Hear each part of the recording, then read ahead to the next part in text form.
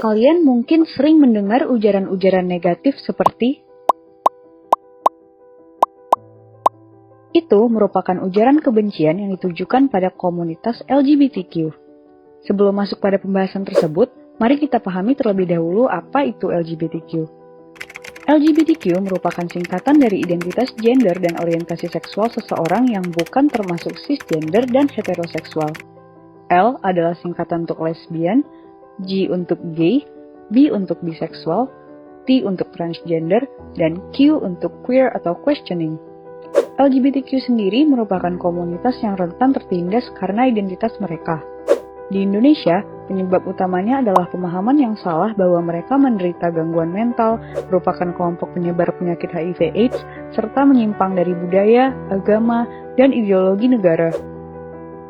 Pemahaman yang salah ini kemudian melahirkan prasangka, stigma, serta perlakuan diskriminatif yang menyebabkan terjadinya salah satu bentuk kejahatan yang dikenal dengan istilah hate crime.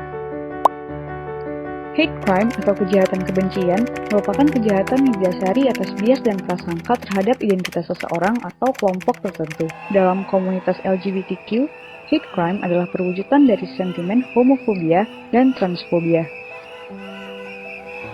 Hate crime juga memiliki banyak bentuk, yaitu dapat berupa ancaman, kekerasan fisik, kekerasan seksual, dan lain-lain.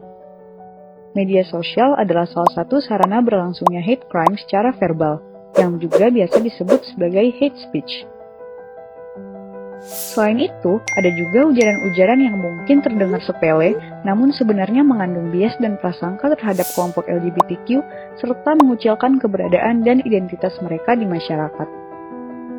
Kenapa hate crime bisa terjadi di media sosial?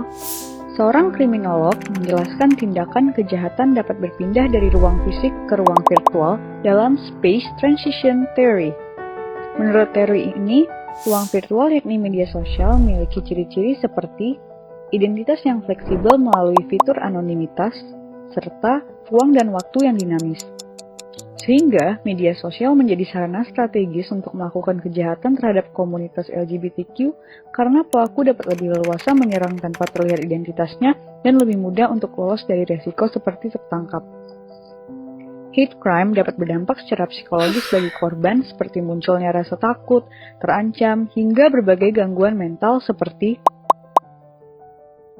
Selain itu, hate crime terhadap komunitas LGBTQ di media sosial cenderung tidak terlapor sehingga sulit melakukan intervensi formal untuk memulihkan korban. Hal ini beresiko melanggengkan diskriminasi yang telah mereka alami selama ini.